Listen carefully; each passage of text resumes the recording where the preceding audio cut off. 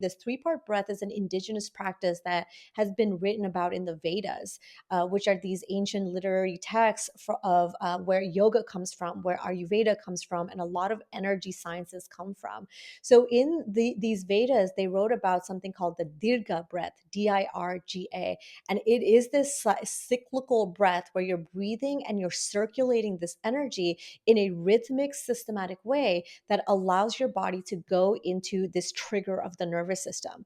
So, of course, they didn't talk about it in this kind of language. They didn't say nervous system and this and that. Like, Yeah. and you'll see like modern research come up where they're now like renaming it to like, cyclical sigh. There's a new research that came. There's like, you're talking about the three-part breath that was talked about in the Vedas. They're talking about the same thing in a different language. Yeah. But essentially, what they were using, and not just in the Vedas, but in other cultures that are found throughout the world, specifically in South America, specifically in northern and western Africa, they were utilizing this rhythmic style of breath to connect to source.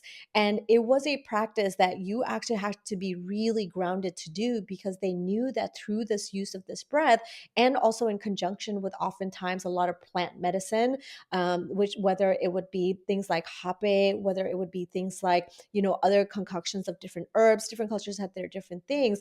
In India, it was actually cannabis and marijuana that they were utilizing to elevate states of consciousness to connect to source.